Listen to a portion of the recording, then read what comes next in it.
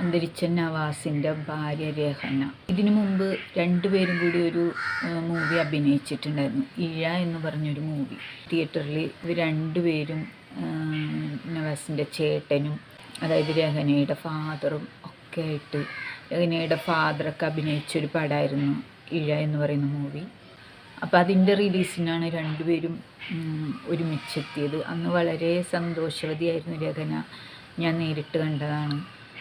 നവാസാണെങ്കിലോ ഭാര്യയെ വല്ലാതെ കെയർ ചെയ്യുന്നതായിട്ടാണ് എനിക്ക് തോന്നിയത്.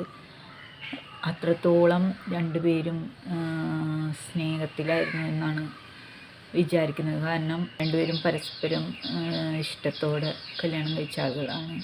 അപ്പോൾ ആ ഇഷ്ടം തന്നെ അവരവരുടെ ലൈഫിൽ ലോങ് കൊണ്ടുവരാനായിട്ട് നല്ലോണം, അതായത് രണ്ടുപേരും പിരിയാത്ത തരത്തിലുള്ള ഒരു ആത്മബന്ധം ആയിരുന്നു ഭാര്യയും ഭർത്താവും തമ്മിൽ. ഇഴ എന്ന മൂവിയുടെ റിലീസിങ്ങും പ്രസ് മീറ്റൊക്കെ ഒരു ദിവസമായിരുന്നു. രണ്ടിലും ഞാൻ പങ്കെടുത്തിരുന്നു. അന്ന് ഇവർ രണ്ടുപേരെയും കണ്ടപ്പോൾ എനിക്ക് തോന്നിയത് ഇണ പിരിയാത്ത തരത്തിലുള്ള ഒരു ആത്മബന്ധം അവരിലുള്ള പോലെ എനിക്ക് തോന്നിയിരുന്നു. കാരണം അത്രയ്ക്ക് ഇങ്ങനെ പൊതിഞ്ഞു പിടിച്ചുകൊണ്ട്, രഹനയെ പൊതിഞ്ഞു പിടിച്ചുകൊണ്ടാണ് നവാസ് നടക്കുന്നത്.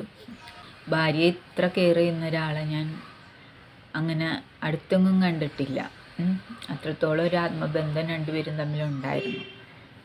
അതുകൊണ്ടാണ് രഹനയ്ക്ക് ഇന്നും ആ ഒരു, രഹനയെ കണ്ടാൽ തന്നെ നമുക്കറിയാം രഹനയ്ക്ക് ഇന്നും ആ ഒരു തീരാനഷ്ടത്തിൽ നിന്ന് കരക്കേറി വരാൻ കഴിഞ്ഞിട്ടില്ല എന്നുള്ളൊരു കാര്യം നമുക്കറിയാം. മനസ്സും മനസ്സാക്ഷിയും ആത്മബന്ധങ്ങളും ഒക്കെ സൂക്ഷിക്കുന്ന ആൾക്കാർക്ക് മാത്രമേ ഇത്തരത്തിൽ ഒരാളുടെ നഷ്ടം അല്ലെങ്കിൽ വിടവ് അത്ര പെട്ടെന്നൊന്നും നികത്താൻ കഴിയൂല.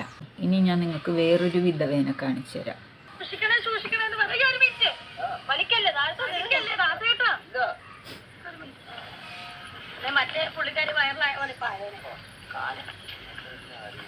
വൈറലാവാൻ വേണ്ടി നടക്കുന്ന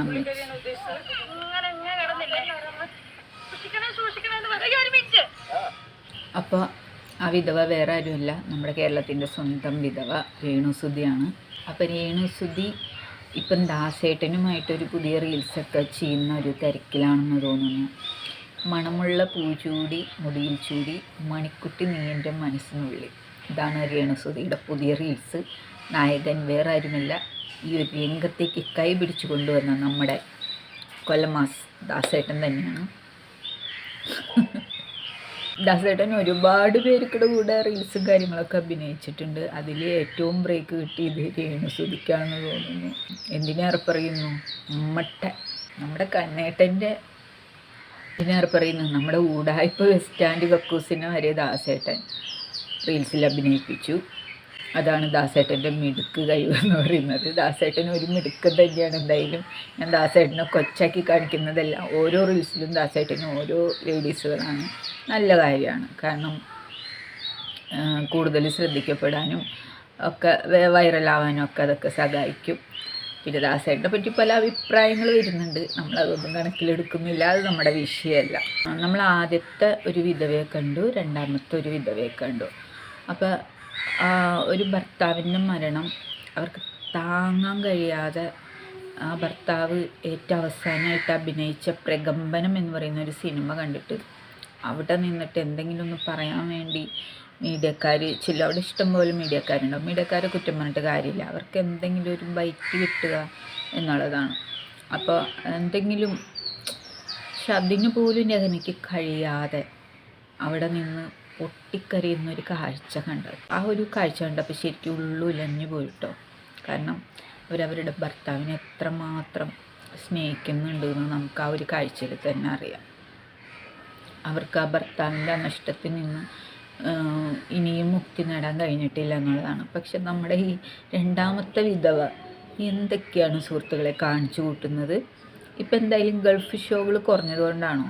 ദാസേട്ടനൊപ്പം റീൽസൊക്കെ ചെയ്യുന്നുണ്ട്, പിടിച്ചു നിൽക്കണ്ടേ? ഇടയ്ക്കിടയ്ക്ക് ഇതുപോലെയൊക്കെ ചെയ്താലല്ലേ വൈറലാവാൻ പറ്റുള്ളൂ.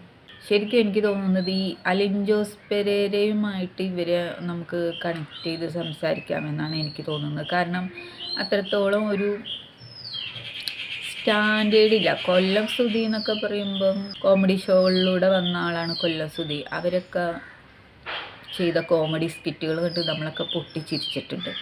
ആ ഒരു സ്റ്റാൻഡേർഡും കാര്യങ്ങളും ഒന്ന് നിലനിർത്താൻ ഈ ഒരു രേണുവിന് കഴിഞ്ഞിട്ടില്ല. എനിക്കിവരുടെ പല റീൽസും കാണുമ്പോൾ തോന്നുന്നത് കണ്ട അണ്ടൻ്റെയും അടകോടൻ്റെയും കൂടെ പോയിട്ട് ബാക്കി ഞാൻ പറയണ്ടല്ലോ അല്ലേ, ചാച്ചാൻ വരെ എന്തിനിങ്ങനെയൊക്കെ ചെയ്യുന്നൊന്നും മനസ്സിലായില്ല. ബുദ്ധിമുട്ട് എല്ലാവർക്കും ഉണ്ടാവും, അത് മനസ്സിലാക്കുന്നു. അവരൊരു വിധവയാണ്, ബുദ്ധിമുട്ടുണ്ടാവും. പക്ഷെ നമുക്ക് ഒരു എന്തായാലും അവർക്കൊരു ഐഡൻറ്റിറ്റി ഉണ്ട്. അപ്പോൾ അത് നമ്മൾ യൂസ് ചെയ്യുമ്പോൾ കുറച്ചുകൂടി ബെറ്റർ ആയിട്ടുള്ള കാര്യങ്ങൾ ചൂസ് ചെയ്യുക. ഇപ്പം മാർക്കറ്റ് കൂടി, ഞാൻ മുമ്പത്തെ കാര്യമാണ് പറഞ്ഞത്. നമ്മൾ നമ്മുടെ ലൈഫിലേക്ക് ഒരു കാര്യം തിരഞ്ഞെടുക്കുമ്പോൾ അത് എങ്ങനെയുള്ളതായിരിക്കണം എന്ന് നമ്മളും കൂടി കുറച്ച് ചിന്തിച്ച് മനസ്സിലാക്കി തിരഞ്ഞെടുക്കുക. കാരണം അത് അങ്ങനെ ഒരു റീൽസ് പുറത്തു വന്നാൽ എങ്ങനെ ഇമേജിനെ ബാധിക്കും എന്നൊരു തരത്തിലുള്ള ഒരു കാര്യങ്ങളും ഇവർ ചിന്തിക്കുന്നില്ല എന്നാണ് എനിക്ക് തോന്നുന്നത്. സെയിം അലിൻ ജോസ് പെരേരയൊക്കെ ചെയ്യുന്ന ഒരു കാര്യം പോലെ തന്നെയാണ് എനിക്ക് തോന്നുന്നത്. ഒരുപക്ഷെ നല്ല അവസരങ്ങൾ കിട്ടാത്തത് കൊണ്ടായിരിക്കാം, ആരും വിളിക്കാത്തത് കൊണ്ടായിരിക്കാം മേ ബി ഇത്തരത്തിലുള്ള വരുന്ന അവസരങ്ങളൊന്നും പാഴാക്കാതെ ഇതൊക്കെ യൂസ് ചെയ്യുന്നത്. അതിലൂടെ നമുക്ക് കുറച്ച് നെഗറ്റീവായാലും വൈറലായിട്ട് നിൽക്കാൻ പറ്റും, സോഷ്യൽ മീഡിയയിൽ തരംഗമായിട്ട് നിൽക്കാൻ കഴിയും. അത് തന്നെയാണ് ഇതിൻ്റെ ഏറ്റവും വലിയൊരു കാര്യം എന്ന് പറയുന്നത്. അവരെ വെച്ച് നോക്കുമ്പോൾ ഇതൊക്കെ എന്ത് എന്ന് തന്നെയാണ് നമുക്ക് തോന്നുന്നത്. കാരണം നമ്മളൊക്കെ ഒരാളെ ആത്മാർത്ഥമായിട്ട് ഇഷ്ടപ്പെട്ട് കഴിഞ്ഞാൽ അല്ലെങ്കിൽ സ്നേഹിച്ചു കഴിഞ്ഞാൽ നമുക്ക് ആളുടെ ഒരു ജീവിതകാലം മുഴുവൻ നമുക്ക് അതൊന്നും നമ്മളെ വിട്ട് പോകില്ല. അത്രത്തോളം നമ്മൾ ഇങ്ങനെ കൂത്താടി അഭിനയിച്ച് നടക്കാനൊന്നും നമ്മളെ കൊണ്ട് ചിലപ്പോൾ കഴിഞ്ഞെന്ന് വരില്ല. എനിക്കും ചിലപ്പോൾ തോന്നിയിട്ടുണ്ട് ഒരു ഫീലിങ്സും ഇല്ലാത്തൊരു ആളാണോ ഈ ആൾ എന്ന് എനിക്ക് തോന്നിയിട്ടുണ്ട്. രേണുസുതി എന്ന് പറയുന്ന ആളെ ഫീലിങ്സ് ചിലപ്പോൾ അവരുടെ ഉള്ളിലുണ്ടാവാം, നമുക്കറിയാൻ കഴിയാനിട്ടായിരിക്കാം. ഇത് എന്താ പറയുക, ജീവിക്കണമല്ലോ, വേറെ ആരും കൊണ്ട് കൊടുക്കാനില്ല. പക്ഷെ കിട്ടുന്നതിന് മുഴുവനും കുറ്റം പറഞ്ഞു നടക്കുന്ന ഒരു സ്വഭാവം നല്ലതാണെന്ന് എനിക്ക് പറയാൻ പറ്റില്ല. നമുക്കില്ലാത്ത കാര്യങ്ങൾ നമുക്ക് കിട്ടിക്കഴിഞ്ഞാൽ അതിനെ നമ്മൾ മെയിൻറ്റെയിൻ ചെയ്ത് കൊണ്ടുപോവുക, അതിനെ കുറ്റം പറയാതിരിക്കുക എന്നുള്ളൊരു കാര്യം കൂടി ചെയ്യേണ്ടതുണ്ട്. ഒരുപക്ഷെ ജീവിത സാഹചര്യം കൊണ്ടായിരിക്കാം, മുന്നോട്ട് ജീവിച്ചു പോകണമല്ലോ, അതിന് നമുക്ക് എന്തായാലും കാശ് തന്നെ വേണം.